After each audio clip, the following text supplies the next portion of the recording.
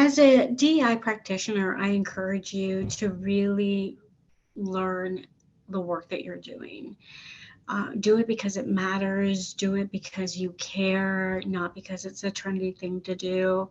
You have to stay on top of things that are happening, whether it's policies, laws, changes that are happening, incidents and tragedies that are going to happen, as well as the conscious of the organization. Right? Because you have to know that as a practitioner in this space, your goal is to do the right thing for all, always. And that's what you should be doing. But it's really important. It's not something that what I learned 5 years ago, that's it, okay, that's it, top of line, done.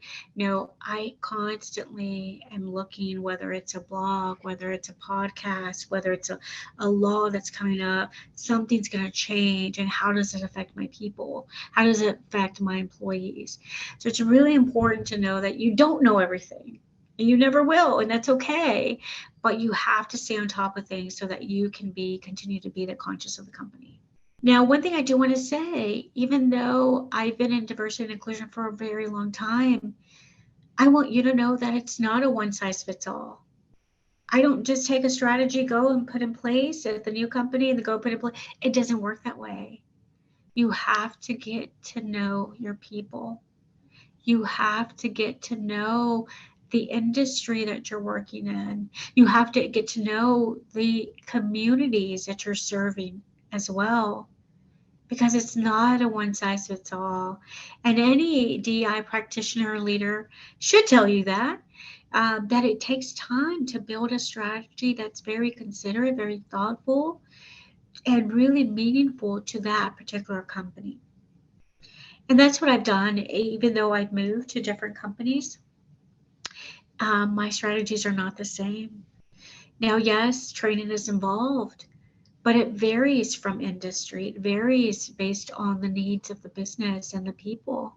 It's not a race, right? And while companies have been in this space a long time, like my previous company, AT&T, Trinity, we're just getting started, and we're making the right moves to get to the place we want. But it is very thoughtful. It's a very genuine approach, just the techniques that I have throughout my company. I don't regret any of the changes that I've made in my career, because that's helped me as a DI practitioner to be able to realize that, oh, this strategy isn't going to work here. Really taking my people's information, feedback, input into consideration as I'm building out the strategy. Because people here in the manufacturing industry, their wants and their needs are going to be different than someone that's going to be in tech and telecom or in real estate, right? They're different. So any DEI practitioner, what I would encourage you, again, really roll up your sleeves and get to know your people. That's what's going to help your strategy be successful.